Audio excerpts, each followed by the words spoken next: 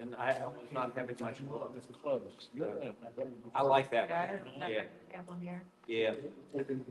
Let's see. All right, we are in Numbers chapter 30 and 31 as we come close to the end of the book.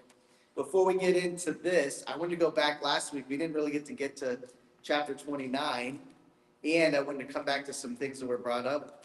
Last week, Shane asked the question about why did the sacrifices restart from Isaiah, or what happened with the sacrifices, because it seems that they stopped. So as I looked it up, basically the commentaries are saying that Isaiah in the 8th century condemned the hypocrisy of the sacrifices, Isaiah 1:11 through 17, and God rejected their offerings because people ignored justice, ethics, and repentance. Sacrifices themselves remained even though he had rejected them. So there was, according to the historical knowledge, there was no abolition, or they were not abolished. They continued to happen. They just weren't received by God. And then, so I looked up when were the times where there were no sacrifices in the temple. The first temple was built in 950 BC, destroyed by the Babylonians in 586, and that's when the sacrifices stopped. Then the second temple was rebuilt and dedicated in 516. Sacrifices reinstated until the Persian rule. Temporary halt in 167 under Antiochus IV, and sacrifices resumed in 164 after the Maccabean rededication. Final halt was in 70 AD when the Romans destroyed the Second Temple. No legitimate sacrifices since, as the Torah requires temple site. So, what's interesting too, if you go, how many of you been to Italy or Rome? Not Rome. So Rome, they have an arch. It's one of their main tourist sites. And on the arch, it depicts the Romans leading the Jews back to Rome with all of the relics from the temple of when Titus destroyed the temple. So that major arch, that's one of the major sites that you would go see in Rome, is a depiction of when Titus destroyed the temple and then made the Jews bring back parts of it to Rome. So just interesting if you ever look at that. It's amazing that that's still a big part of the history there. Last week we talked about how a lot of those, at that point, so I looked it up. It was when they came and voted, the 10-2 vote, let's not go in, we can't overcome, is when God gave them the decree that you had to be 20 years or younger from that point on to enter. So 56, you could have been 56 and entered later. The issue was, though, even if you were 20, you would have had most of your life in the wilderness. So almost 2/3 of your life in the wilderness before you even went into the promised land. My question is, how many actually entered into the promised land? So I looked that up too. So There wasn't 2 million. no, so there was 600,000 accounted for at one point, but then there was no exact count given other than that Joshua and Caleb were older than the youngest generation that was able to come in. But it gives an explicit number. So it's under 1 million? Yeah, absolutely. Wait a minute. I mean, did we not look? It was the exact number. It was roughly the same number, but that was the fighting men. So that didn't change. That doesn't count women and children. Yeah. So we don't. There was right at 500,000 before, when they went into the desert. There was roughly like 485, 465, something like that went into the desert. Yes. Then they died, and then they do a count before they go again. And the number is roughly like off by maybe 10,000, but it's the same number. Same number, different people. But exactly, but it is of the fighting men. So then when you add women and children, you probably We don't know exactly what the Right, figures but are. my point was, it wasn't 2 million. 2.5 million or whatever it was. Well, No, it was less than that. Well, you got to figure if there's a wife for every man, that puts you at 1 million. And then if you have kids. 2 kids, you are close to 2 million. Yeah. So the other thing I wanted to hit on that we didn't get to last week that I thought was really interesting and one of those, amazing aspects of the Old Testament and Numbers. There's something called the sheaf offering, which is not in Numbers, it's in Leviticus. Is anyone familiar with the sheaf offering? So it's basically the offering, and I'll read it here, Leviticus 23:9. The Lord spoke to Moses, speak to the Israelites and tell them, when you enter the land I give you and reap its harvest, you are to bring the first sheaf of your harvest to the priest. He will present the sheaf before the Lord so that you may be accepted. The priest is to present it on the day after the Sabbath. Sheaf? Yes, now, does anyone know what a sheaf is? A sheaf is your best first bundle. It's your first fruit of your grain. So how, how we have like the, what are they called? It's the big circle round, we used to, bales of hay, right? So I don't know if it's similar to that, but it would have been sheaf would have been a decent amount of your best wheat of your harvest. Is that similar to like grain offering? It is, but the interesting thing here is the sheaf offering is only given once, and it's aligned with the Passover. And if you heard, when is it done? So you take the sheaf and you give it to the priest, and he waves it as this is a commitment of our fields and our harvest to God. We are committing all of them. This is our first fruits unto God. This would have been taking place the day Jesus resurrected. This, and only that day. It was the Sunday, because if you look, it says in Leviticus 23:9, present this, in verse 11 actually, it says, he will present the sheaf before the Lord so that you may be accepted. The priest is to present it on the day after the Sabbath. So the day Jesus is being resurrected, they're having the sheaf offering, which is the declaration of their wheat, their first fruits of their wheat. Why I bring it up is because in Numbers 28:6, there's a correlation of the first fruits. And this is what it says in Numbers 28:6. On the day of the first fruits, you are to hold a sacred assembly where you present an offering of new grain to the Lord at your festival of weeks. You are not to do any daily work on that day.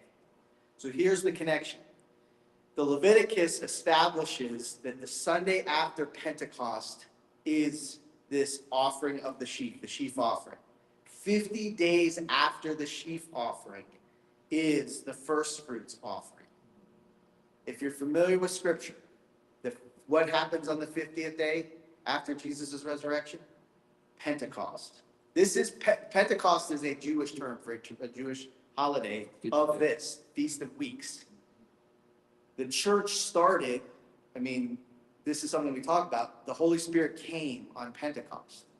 So if you think about it, all these things are interconnected. So 50 days after the sheaf offering, Pentecost, you have Jesus' resurrection on that Sunday, and then you have the birth of the church 50 days later. The correlation to the Old Testament is when the actual Passover took place, you remember, Moses came out, and 50 days after that is when he ascended, right? So he actually comes down. He goes up the 40 days, and on the 50th day, he comes back down into the camp. And on that 50th day, which was not called Pentecost at that time because they hadn't got this is before Leviticus was even given to them, he found them doing what? Worshiping. So he had the golden calf melted down for them to drink. And then the Lord told Moses to go in and kill 3,000 of the people. And so when you read the account, you have Passover, 50 days, 3,000 people are put to death. And there's this kind of symbolism of the law. Under the law, there's death.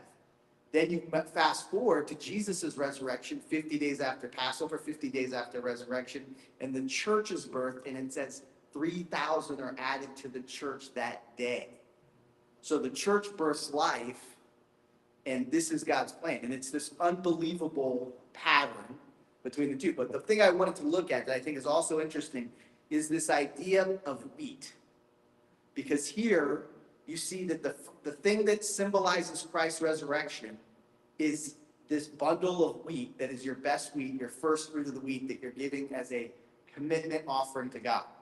In Matthew 13, 24, it says, he presented them another parable. This is Jesus. The kingdom of heaven may be compared to a man who sowed good seed in his field. But while people were sleeping, his enemy came and sowed among them the wheat and left. And when the plants sprouted and produced grain, when the weeds also appeared, the landowner's servant came to him and said, Master, did you sow good seed in your field? Then where did the weeds come from? And an enemy did this, he told them. And so do what you want do you want us to go and pull them up? The servants asked him. No, he said. When you pull up the weeds, you might also uproot the wheat with them. Let both grow until the harvest. At harvest time, I will tell the reaper, gather the weeds first and tie them in bundles and burn them, but collect the wheat in the barns. And so you have this picture, and it's pretty, there's a correlation here between, this is the harvest, the first fruits, that those that are not truly the Lord's will be dealt with, and then the Lord will deal with his. And then finally, Matthew 3:12 says, the winnowing shovel or fork is in his hand, and he will clear his threshold floor and gather his wheat into the barns, but the chaff will burn with the fire that never goes out. Hey, Chuck, I got that a little bit wrong, but in Numbers 1, where they do the first census, Yeah. it was 603,550 was the number of fighting men. When they do this second census, which is right before they go to the promised land, which is the number 26, it's 601,730. So roughly, they're only off by like 2,000 people. And based upon the number of women and children, they estimate somewhere between 2 and 3 million people actually entered the promised land. But are the priests counted in that number? I don't know. I don't think the Levites are But counted. the number includes the Israelites as well as those who joined them through the Exodus, including a mixed multitude of non-Israelites who become part of the community we see in Exodus 12:38. So, That's interesting. we're talking about millions of people going in. And of those millions of people, nobody's 60 years old, except for Caleb and Joshua. Now, this is also the promised land, the land of milk and honey, so. This is all Jericho. the- We'll get into Jericho next week, but man, All the soil should be fertile, and they should have lots of food for their cattle and whatever. yep. And then that leads them into sin. But the interesting thing is, as we keep going down this path, we're going to see modern day places that haven't changed much in 3,000 years. It's interesting. The places that Joshua doesn't completely deal with are today the Gaza Strip. Like, it's crazy when you look geographically at the places that you're told he didn't deal with and what they are today. Today. Like, when you look on a map and say, oh, that's that place. So we'll get into that later. That's a little teaser for our future classes, but it is pretty amazing. All right, so all of that was kind of the precursor for tonight. We've moved from the celebration. So it's this, remember, Numbers is such an interesting book because it kind of ebbs and flows in different directions. One time it's telling us a story about Korah's rebellion, and then it's telling us how many people are supposed to be where, when, and how. So it kind of comes and goes between organization, narrative stories, like what is happening, and then it moves into new rules and regulations. So we're moving from last week, we talked about the festivals that God instituted. God loves community. He made us to live in community, and he loves festivals. I mean, heaven is compared to a wedding feast. So he loves, that's something that God is pleased with. And so as we look at the 28 and 29 BC, he's instituting celebrations. Even in the midst of wandering in the wilderness, he's instituting celebrations. Now we pivot and we come to more back to a law book. So chapter 30 is a law book. Chapter 31 is a story to learn from, or a story that gives us warning. Okay? All right, Chuck, would you read verses 1 through 5 in chapter 30? 30. Okay. Then Moses spoke to the heads of the tribes concerning the children of Israel, saying, this is the thing which the Lord has commanded. If a man makes a vow to the Lord or swears an oath to bind himself by some agreement, he shall not break his word. He shall do according to all that proceeds out of his mouth. Or if a woman makes a vow to the Lord and binds herself by some agreement while in her father's house in her youth, and her father hears her vow and the agreement by which she has bound herself, and her father holds his peace, and all her vows shall stand, and every agreement with which she has bound herself shall stand. But if her father overrules her on the day that he hears, then none of her vows nor her agreements by which she has bound herself shall stand, and the Lord will release her because her father overruled her. All right, what sticks out to you? What did we learn here? A man is stuck with his vows, so to speak, and the daughter can be relieved of her vows if her father says, nah, we're not going to do that. Yeah. Interesting, right? So this is a pivot to vows. Why? What's the purpose of this? Why this? I mean, obviously, Leviticus is much more of the rules and regulations, but why put this here? What do you think the purpose of this is? What's the significance? Something to do with their word, I guess. Yeah. What is Numbers preparing? What are they getting prepared for? What is this preparation for? To enter the promised land? Yeah. How to live in the promised land, right? How are we going to live in the promised land? We're going to keep our vows. Or we're going to have wisdom in our vows, right? I think this is a unique place where we're reminded we are preparing for heaven, right? You know what there's not in heaven? Gas prices, right? Right. You know what there's not in heaven? Questioning why people are doing things in politics. Is it for the right reasons or is it for some other wrong reason, right? You know what there's what there's not in heaven? You get someone to come fix something and then they disappear after they take your money, right? You know what there's not in heaven? You take your car in and they cut something so that you have to come back and they got to fix that, right? The thing that's not in heaven is the breaking of vows. Does it make sense? This is an important reality in life. I heard the pastor once said if he saw a Jesus fish on a business, he would avoid that business because unfortunately, Christians sometimes tend to even have worse reputations than non-Christians or even people that claim to be Christians, right? We live in a culture where a handshake doesn't mean much, right? It should, but it doesn't. What do we have to do now? We have to have contracts, and even in contracts, they don't always hold up in court, right? Why is this so important? Why does this matter so much?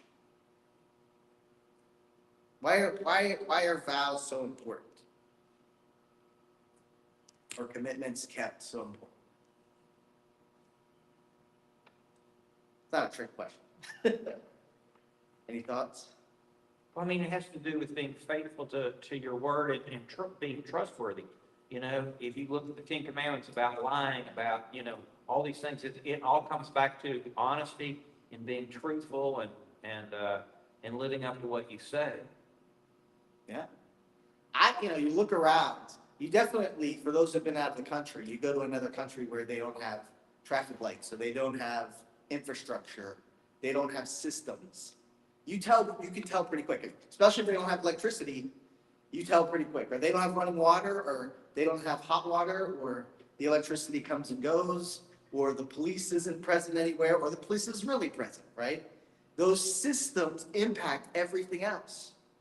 And talking to some of the younger people, talking about the truth is, so there's two types of grace we talk about. There's the grace of Jesus on the cross, that we're saved by grace, that we're going to heaven because of grace, that Jesus paid. But there's a general grace that God has given all of mankind, that he's allowing the world to work like it's not all falling apart. As greedy as everyone is, as much as people will seek after their own evil, the fact that systems still work. He's letting the weeds grow. He's letting the weeds grow. Absolutely. Good point. Right? The system is God's system. We think it's ours, but it's not. Right? It's the same system that how atoms work. Right? How molecules work. Certain things have to happen so that the other things happen, and there's a cause and effect. And the more complex, the more things that are happening. And here he's saying, look, one of the ways for any society to work is there cannot be lying and not keeping of vows. Do you know what one of the major problems, and it's still to this day in a lot of our business schools, while they have to have a class called business ethics, is because there's a predominant view, if I can get away with it, I'll do it. I don't do the right thing because it's right. I only do the thing that's prudent for me. If everyone in a system does that, what happens? It collapses. Collapses. It can't survive. But the greed is so blinded, it doesn't see that, right? The thief doesn't realize when I steal from the store, it increases all the other prices, so my cost of living actually went up by stealing. My life didn't get easier, it got harder, right? Like, look at our systems we have. How good is our insurance system today? Right? If you go to the hospital, there's like they give you the bill, right? You know, anything that has insurance. The intent of insurance was to make things more affordable and for everyone to have it. But what has it actually done? It's made everything go to a new level of price because the people know, well, we can charge this because the insurance will not get it all. We'll get some of it. How long can that system function? Right? It all comes back to we got to keep if we all said we're going to keep our vows, we're going to play it straight. We're not going to try to leverage. We're not going to try to undermine. We're not going to try to undercut. We're not going to try to take advantage of a situation. One of the things when I first got out of college, I had a friend who did real estate investing, and he gave me some books to read. And the main thing was something called OPM. Do you know what OPM is? Other people's money. And do you know what they told you in the books where to look for other people's money? Go find out who's getting divorced. Go find out who just lost, someone who just passed. Why? Because they're motivated sellers, right? The whole system was built on manipulating situations for your advantage, right? Predatory, absolutely. What does that end up bringing them? Inflated cost, and then the system's broken. So when I say I think this principle of maintaining your vows, which is this whole chapter of maintaining your vows, I think there's a huge part to play even in our world today that we become so pragmatic and so practical we've lost the picture, right? So here are the questions. What does the verse teach us about the seriousness of making vows and promises to God? Pretty important, right? Why do you think God gave the father the authority over his daughter's vows in this context? What are your guys' thoughts? Not in what Chuck read, but later on, and I found this kind of interesting. It talks about, like the husband and all that stuff. And when he makes vows, her vows that was on her and the thoughtless utterances of her lips by which she bound herself. And something in the back of my mind reminds me, don't make a vow, that God kind of dissuades that. Am I wrong? Yeah.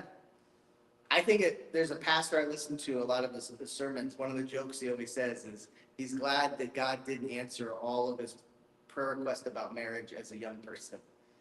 Because he would have married a lot of people that would have ruined his life. You know what I'm saying? Yeah.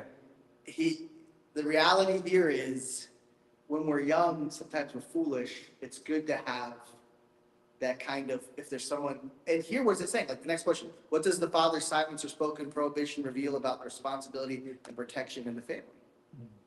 The father has an obligation to look out even for bad decisions, bad vows. Now, are these vows just to God or vows in general? What vows, the interesting thing we got to come back to, they're wandering. It's not like, I don't know how much free time they had to make vows to different things. I'm not sure. Okay. I mean, it could be, like, I don't know the system of how they vow. Like, But I they mean, the vow bottom line is, Well, they vow. so you can think about the vow that Joshua made to, the Gideon or, Yeah. anyway, they let them come in. Yeah. And they made that vow unto the Lord, Yeah. which is the words that's used here, but it was actually a vow that they wasn't, they came in with their clothes all torn and their sandals all beat up, and like they'd come across the desert for many days, but they was actually just down the street, Yeah. to keep them from being killed. Right. yeah. So they made a vow, Joshua made a vow unto the Lord, but it was actually a vow that we're not gonna kill you. I guess it would be in front of, I'm being bound by this in the presence of God. So, and that comes back to what you were talking about, that you are basically before God Almighty. Everything we do is before God Almighty, but you're basically saying, I can be trusted with my word. In the presence of God, I'm making this commitment, to matter who it is, and that God will hold you to your word.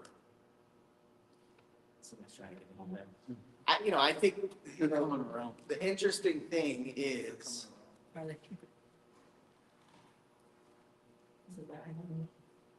when we make the vows, you think about, a lot of times you make a vow out of logic or out of emotion, right? And if you make a vow out of emotion, Yeah. what ends up, sometimes you get into a lot of trouble with that. Like, I promise, I make a vow that I will revenge you, right? I'm the blood revenger for you. Well, I wake up the next morning and I'm like, Yeah, firm believer in Jesus.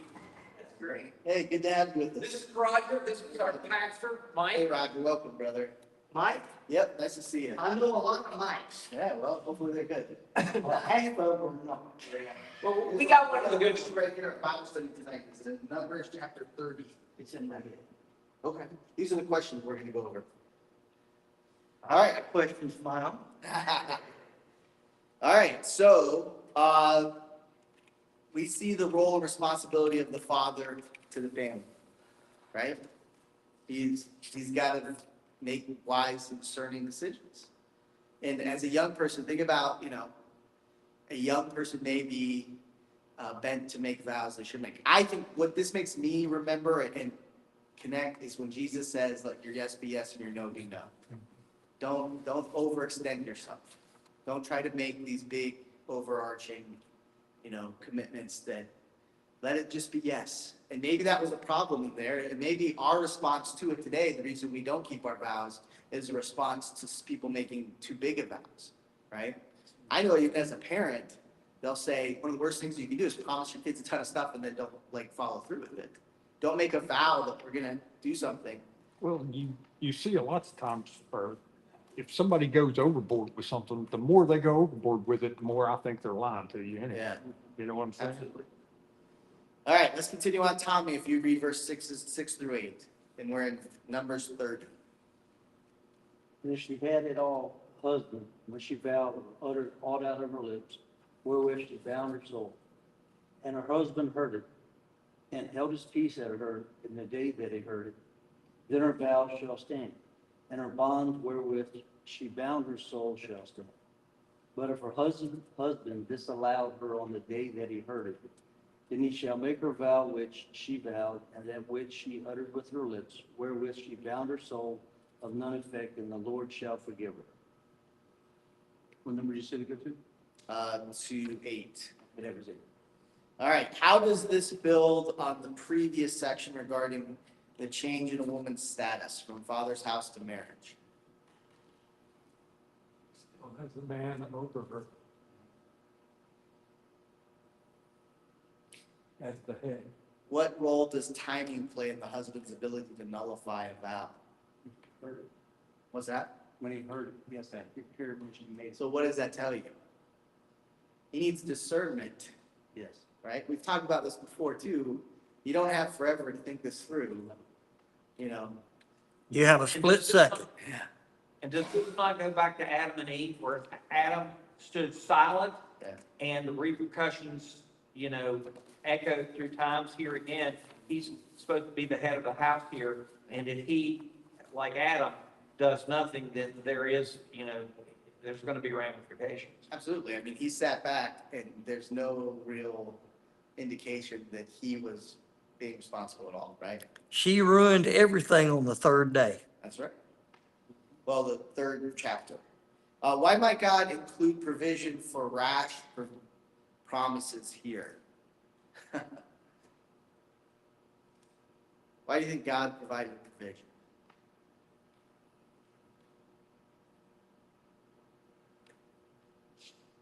Man's got to have a way out. That's true. He made us, he knows how we are. And so we're going to get ourselves, maybe even our family being all together, that there's an accountability, that we make sure that if something happens, we're able to at least make an initial change right away, right? You think about it, they're nomads, they don't have a place, they're not living anywhere permanently, so they're constantly going through change.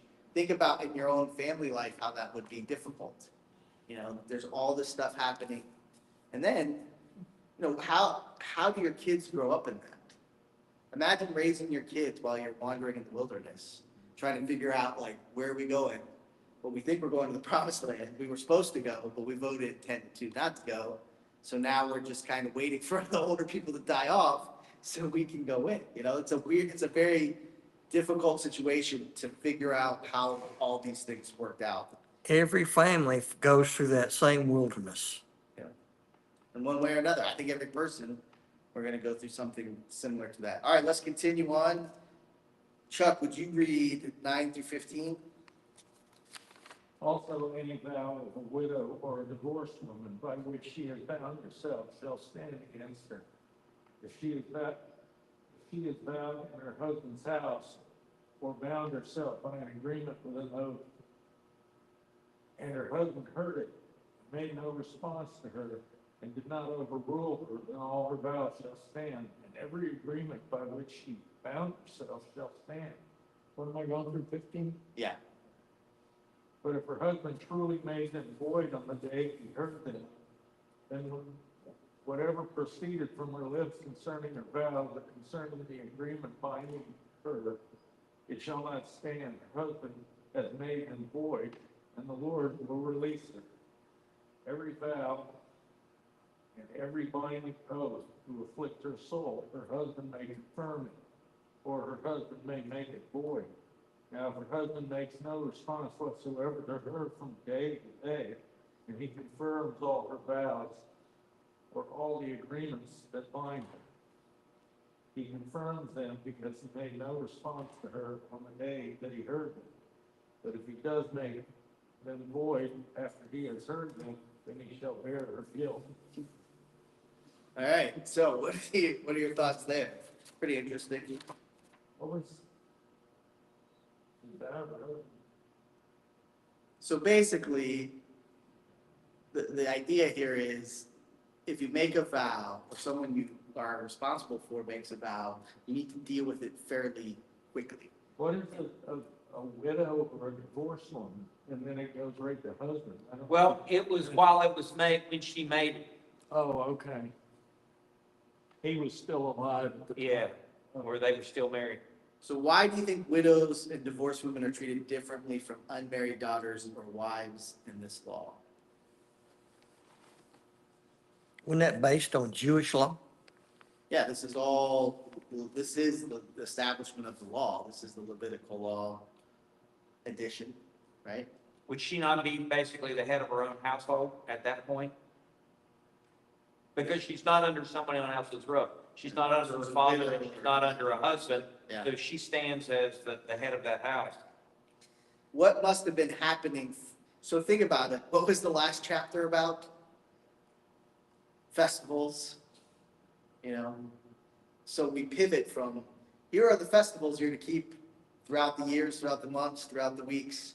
And then if you make vows, make sure, you know, it's almost to me that these vows are being made, you know, okay, why are people making vows, and why is there a need to make sure that there's a safe kind of protection on these vows, that if someone does make a bad vow or doesn't follow through with their vow, that there's some way out of it. I keep going back to verse 8 where it talks about,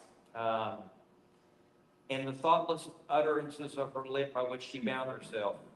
And so, you know, sometimes you make decisions in the emotion of the moment or out of your desire or whatever, and you basically make, you know, an agreement because it's based upon emotion or strong desire. And God has set up a thing about being prudent, you know, that if a father's there or a husband's there, he needs to make sure whatever she's binding herself to, that there's prudence involved here, that you know, that they give some thought to what they're actually doing here, because if not, I mean, you know, if you're making a decision, it's like going out and going car shopping, and you end up, you know, buying something 3 times more expensive than you can afford because you get caught up in the moment. Yeah. You know, you're bound to that. Yeah. And so basically, God is setting up a provision that there is kind of a checks and balances so that you do not make an emotional utterance that you're held to. Absolutely. I can't help but notice this is sandwiched between chapters that talk about festivals, enjoying yourself. There's going to be food. You know, it's a fun event. And then we're going to come into 31 where they're deceived into some debauched lifestyles. And here in between is keep your vows, right?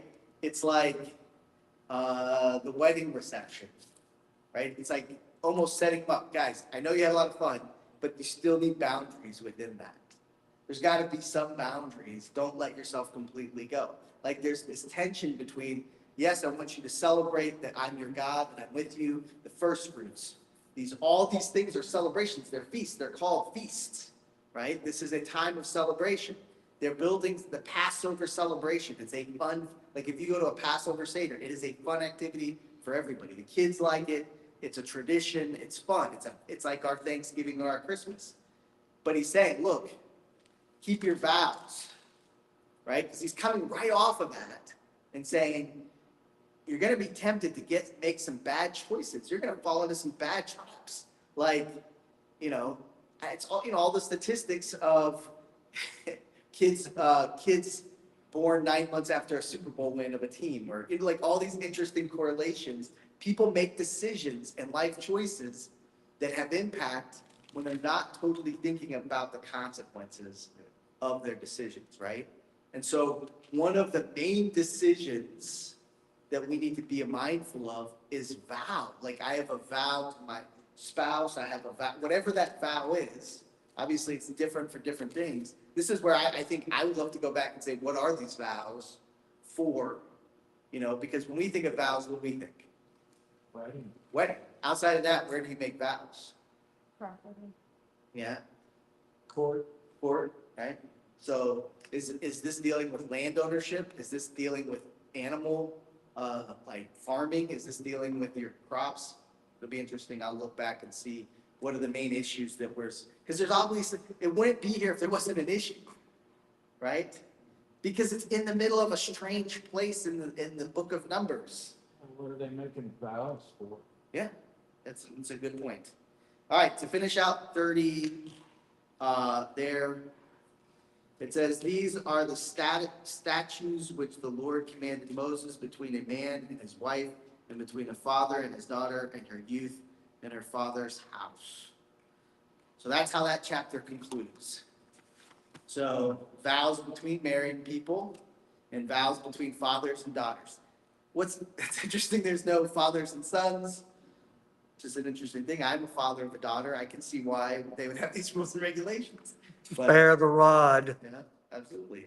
Well, you know, it's there's challenges in life. All right, any thoughts on that before we continue on to the next chapter?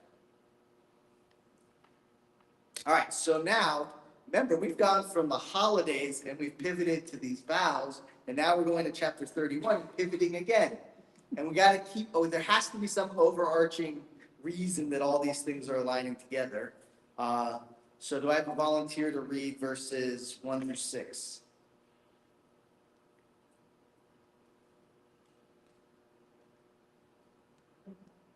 And the Lord spake unto Moses, saying, Avenge the children of Israel of the Midianites, afterwards shall thou be gathered unto thy people. And Moses spake unto the people, saying, Arm some of yourselves unto the war, and let them go against the Midianites, and avenge the Lord of the Midian. Of every tribe 1,000 throughout all the tribes of Israel shall he send to war. So there were delivered out of the thousands of Israel, 1,000 of every tribe, 12,000 armed for war. And Moses sent them to war, 1,000 of every tribe. Then Phinehas, the son of Eleazar, the priest of the war, with the holy instruments and the trumpets to blow in his hand.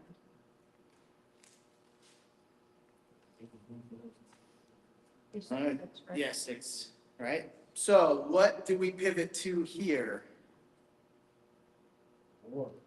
God wants the Midianites dealt with, right? And where do you remember this guy Phineas from? He's the guy that ran the sword through the people that had Yeah. basically been caught in sexual impropriety and basically made a mockery of the temple.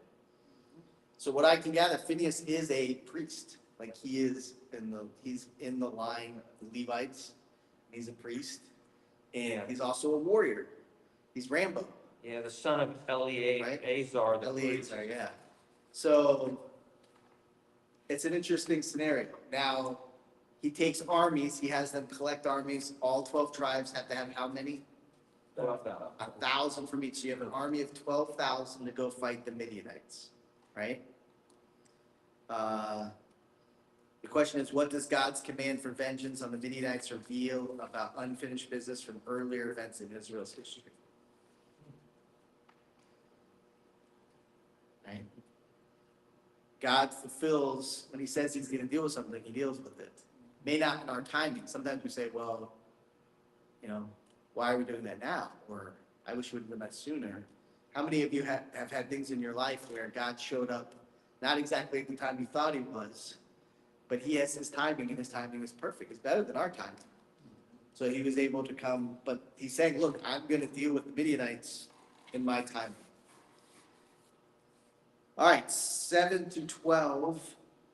And the Midianites, just as the Lord commanded Moses, and they killed all the males. They killed the kings of the Midian with the rest of those who were killed. Evie, Rechem, Zur, Hur, and Reba, the 5 kings of Midian, Balaam, the son of Beor, they also killed with the sword.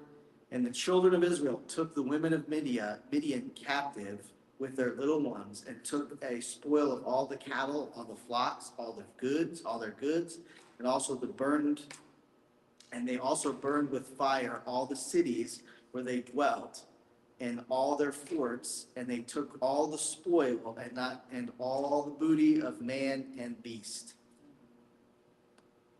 So what did they do? Is this the same Balaam? Balaam, yeah. That Yep.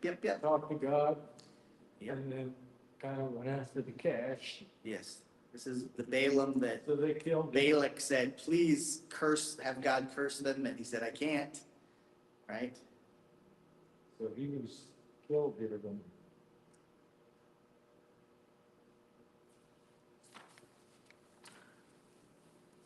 All right. Any other thoughts here? What is the problem? Does anything stick out to you? What do you think could be an issue here? Yeah. Them taking the women. Yeah. What's the problem with that?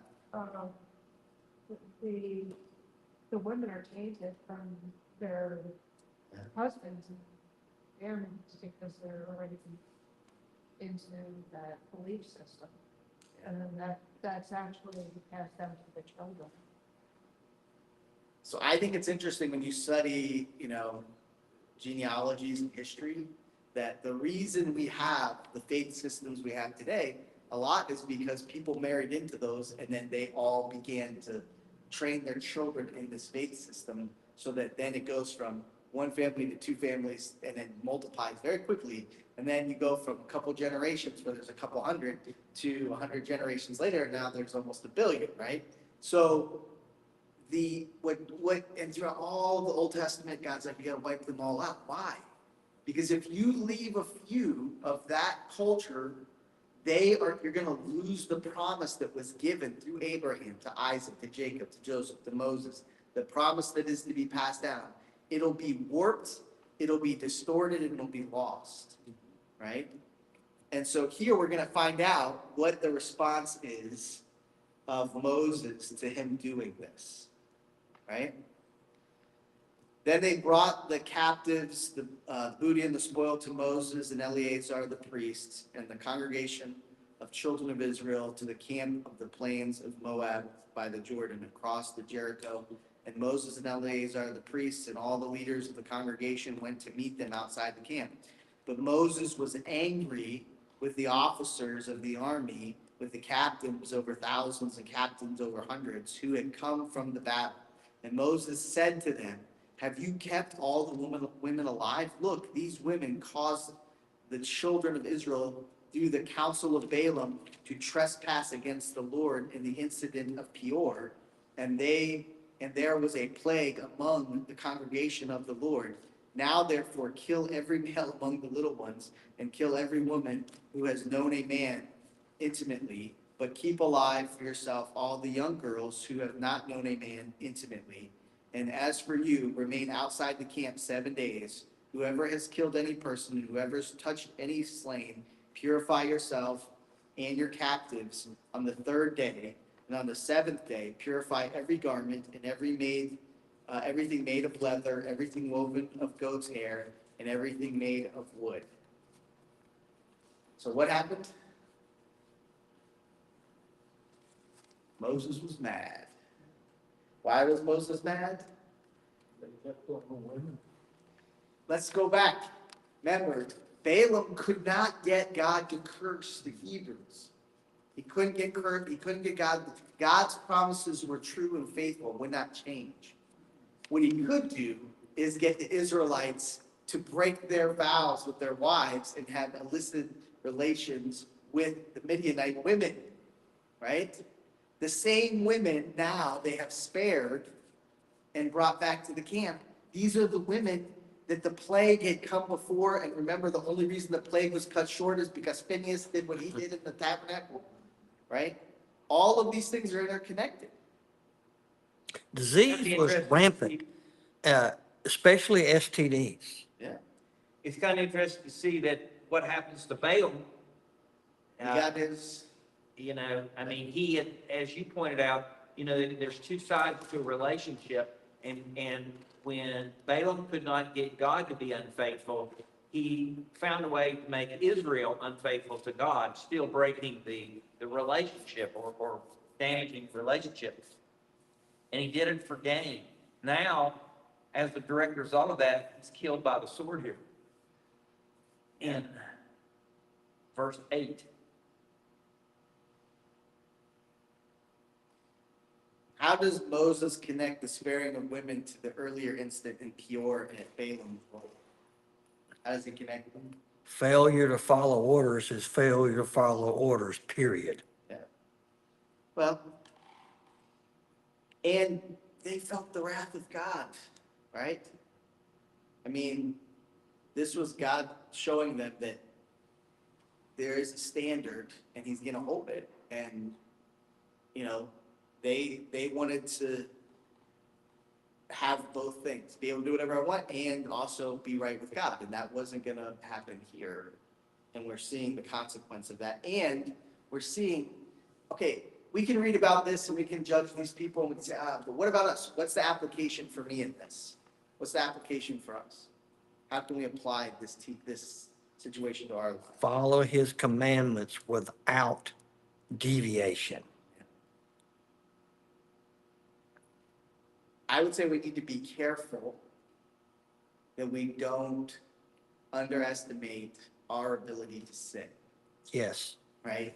yes, That we don't underestimate the reality that no matter where we are in life, there's a potential of falling into dark sin. And to be on guard in our hearts, that Jesus says, flee youthful lusts. Don't try to battle it, avoid it, If there's a place or a thing that you fall into that trap over and over again, don't think that it'll be easily overcome. Avoid it, get it out of your life. Because if you invite it in, because here's what they're doing. They're thinking, well, I can just invite this in and it's not a big deal, right? But ultimately, it is a big deal. So, all right, we'll continue on. Are Are you looking for the restroom? Yes. it's on this side. Of course it's on the other side. We're making sure you get your steps in. Believe me, I've had my steps every day. They were Just right down Yeah, the hall. right down the, on the right. What are we reading? All right, let's continue on. We are at the verse 21 True. through 24. Then Eleazar the priest said to the men of war who had gone to the battle, this is the ordinance of the law which the Lord commanded Moses. Only the gold, the silver, the bronze, the iron, the tin, and the lead. Everything that can endure fire you shall put through the fire, and it shall be clean, and it shall be purified with the water of purification. But all that cannot endure the fire you shall put through water. And you shall wash your clothes on the seventh day, and be clean, and afterwards you may come into the camp. Now the Lord spoke to Moses, saying, Go ahead. So why all this cleaning? What's the fire and the water about? Why does he have to do this? purifying. What did he just deal with? What do they just have to, why is he bringing this up? What's the reasoning behind this?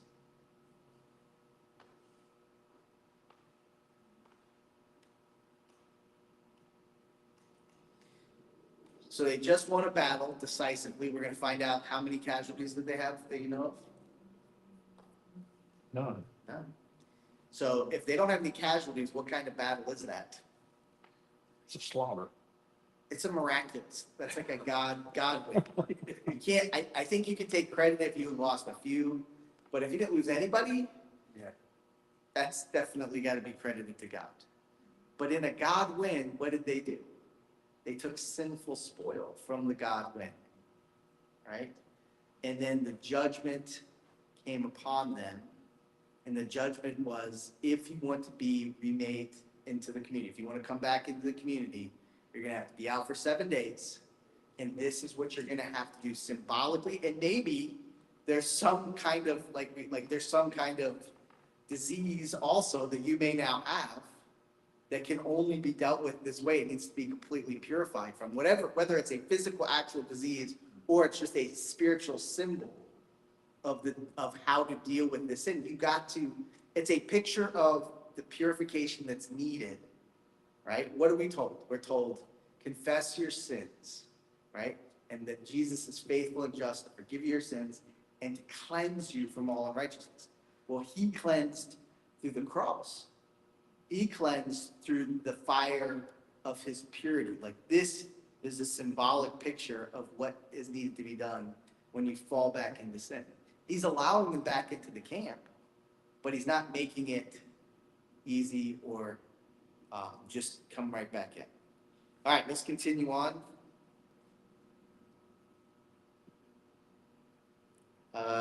We are in Leviticus 25. All right, 25 to 31. Now the Lord spoke to Moses, saying, count up the plunder that was taken of the man and beast, you and Eleazar the priest, to the chief father of the congregation, and divide the plunder into 2 parts between those who took part in the war and who went out to battle, and all the congregation. And levy a tribute for the Lord on the men of war who went out to battle, one every 500 of the persons, the cattle, the donkeys, the sheep, take it from their half and give it to Eleazar the priest as a heave offering to the Lord. And from the children of Israel, half you shall take one of your children of Israel's half. You shall take one of every 50 drawn from the person, the cattle, the donkeys, the sheep, and from all the livestock, and give them to the Levites who keep charge of the tabernacle of the Lord. So Moses and Eleazar the priest did as the Lord commanded Moses. All right, so what did he have them do? Divide the plunder. What's interesting about how he had them divide the plunder?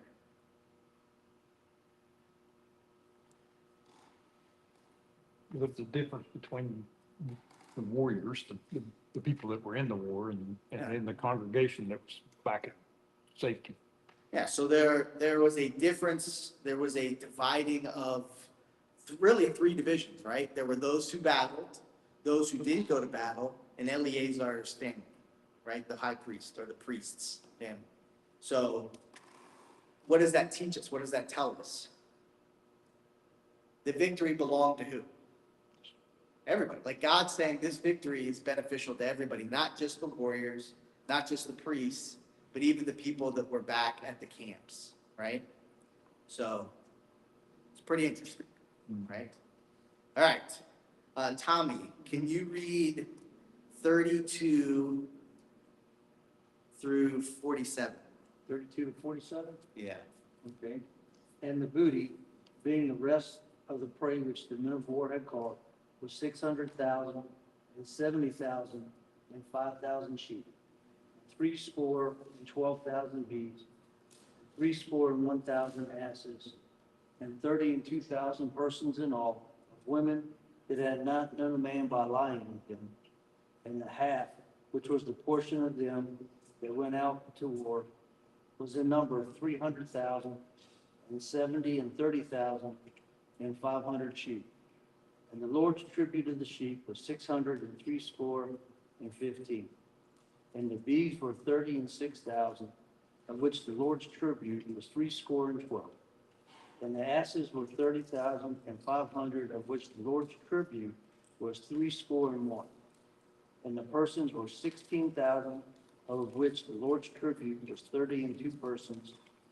And Moses gave the tribute, which is the Lord's heave offering, unto Eleazar the priest, as the Lord commanded Moses.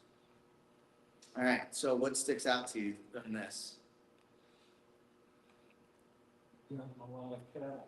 Yeah. There's quite a bit of plunder in this battle, right? There's quite a bit of reward and treasure found.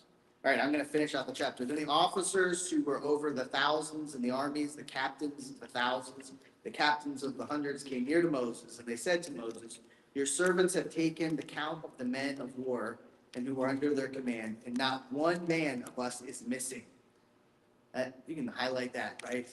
They went to war and not one man is missing. Therefore, we have brought an offering for the Lord, what every man found of ornament of gold, armlets and bracelets and singlet rings and earrings and necklaces to make an atonement for ourselves before the Lord. So Moses and Eleazar the priest received the gold from them, all the fashion ornaments and all the gold offerings that they offered to the Lord from the captains of thousands, the captains of hundreds, was 16,750 shekels.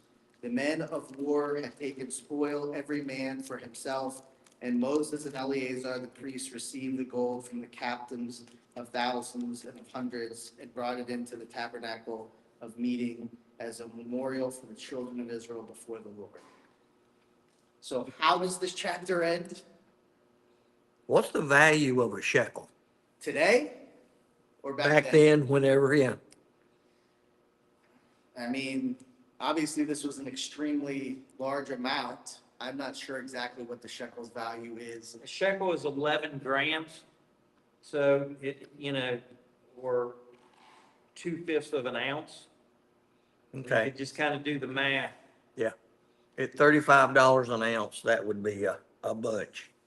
But at today's price, it would be millions. Yeah, but the question is, and this is the question I'll research, there's no, who's taking the shekel?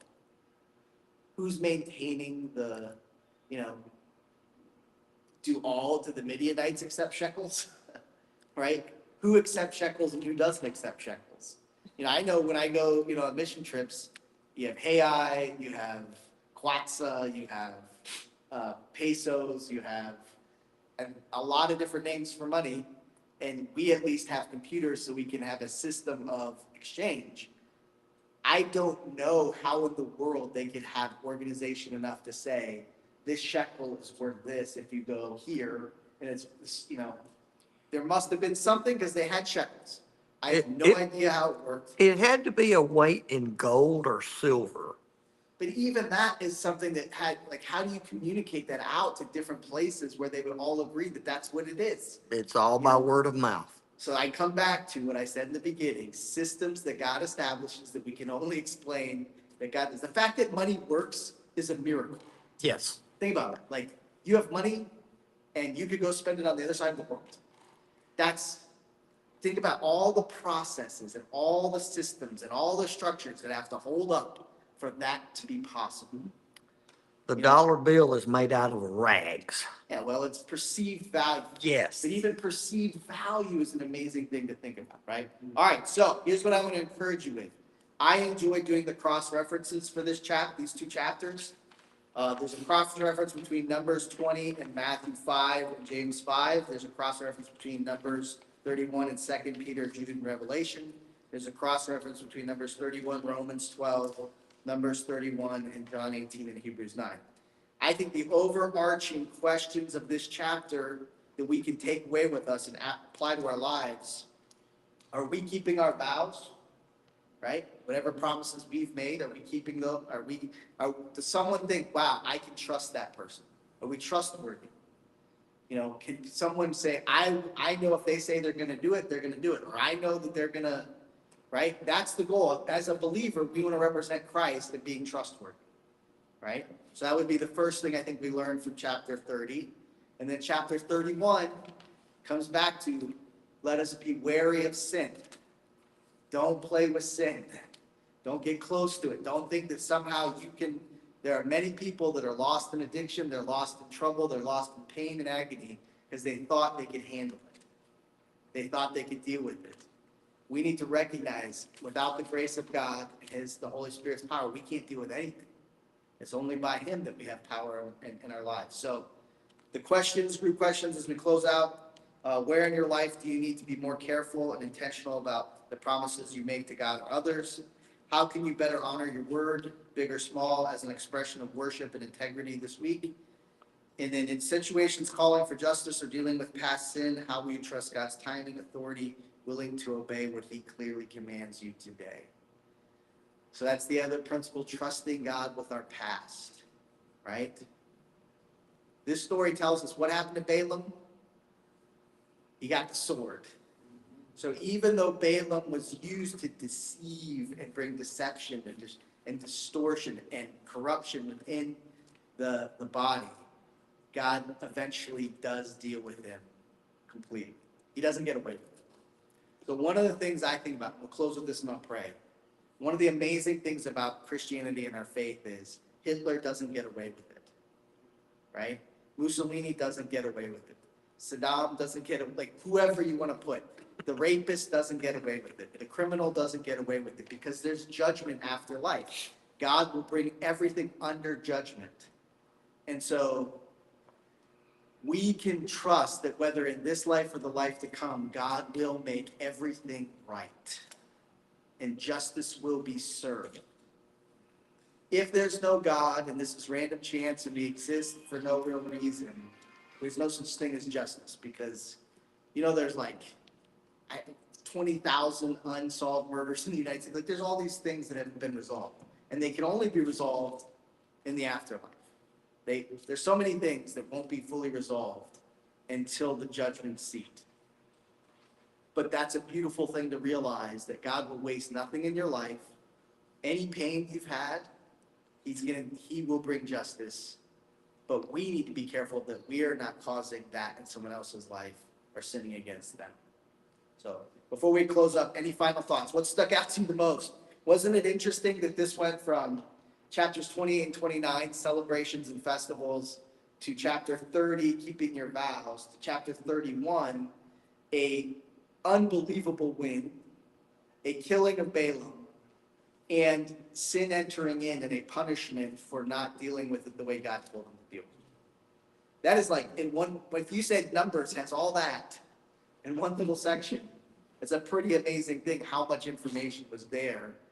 That it's just not a numbering of armies or generations. This is the account of God's people and the progression into what he wants to have happen. Any final thoughts? What stuck out to you the most from these two chapters? Live by the sword, die by the sword. Jesus said that. Tommy, anything stick out to you more than anything else? Basically said, your vows, but if you vow them, you have to stick to it. Yeah. Eddie, anything stick out more than anything else? God's accountability, I mean, the